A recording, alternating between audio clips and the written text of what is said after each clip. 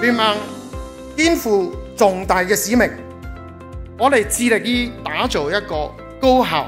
有力嘅平台，係促進政產學研投大家嘅緊密合作，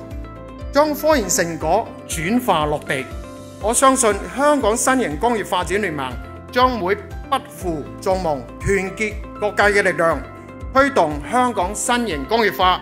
為香港嘅經濟注入源源不斷嘅動力。今日嘅成立典禮咧，係我哋共同攜手邁向新型工業化時代一個好重要嘅里程碑。